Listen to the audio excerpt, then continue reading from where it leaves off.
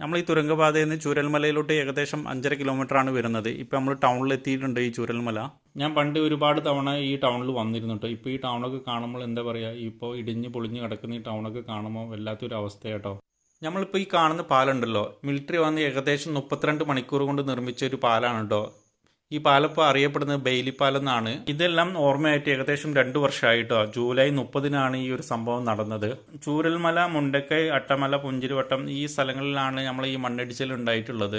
നമ്മളിപ്പോൾ കാണുന്ന ഈ പുഴ ഉണ്ടല്ലോ, പണ്ട് കല്ലും എന്താ പറയുക ചളിയൊക്കെ വന്ന് അടിഞ്ഞിരുന്ന ഒരു സ്ഥലമായിരുന്നു കേട്ടോ. ഇപ്പോൾ അതൊക്കെ ക്ലീൻ ചെയ്ത് ഇപ്പോൾ പുഴ പഴയ രൂപത്തിൽ എത്തിയിട്ടുണ്ട്. നമ്മളിപ്പോൾ കണ്ടുകൊണ്ടിരിക്കുന്ന വെള്ളാർമല സ്കൂളാണ് കേട്ടോ.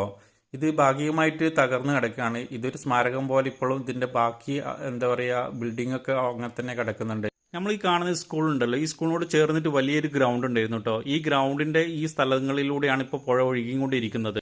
ഈ പുഴന്റെ സൈഡിൽ കാണുന്ന വീടുകളൊക്കെയാണ് അന്ന് ആ തകർന്നിട്ടുള്ള വീടുകൾ കേട്ടോ. ഒരുപാട് വീടുകളുണ്ട് ഈ ഒരു ഏരിയയിൽ. നമ്മൾ ഈ ഫോട്ടോയിൽ കാണുന്ന അമ്പലം നിന്ന ഈ സ്ഥലമാണ് കേട്ടോ ഈ കാണുന്നത്. ഇപ്പൊ ഈ ഒരു കാണുന്ന ആൽമരം മാത്രമാണ് ഇപ്പോൾ ഇവിടെ ബാക്കിയായിട്ടുള്ളത്. ഇതൊരു ഓർമ്മയായിട്ടാണ് ഇപ്പോൾ ഈ ഒരു ആൽമരം നിൽക്കുന്നത്. ഈ ഉരുൾപൊട്ടലിൽ 298 പേര് മരിച്ചതായിട്ടും അതേപോലെ തന്നെ 32 പേരെ കാണാതെ ആയിരുന്നു കേട്ടോ. ആ 32 പേരെ അടക്കം 330 പേരാണ് ഇവിടെ മരണപ്പെട്ടിട്ടുള്ളത്.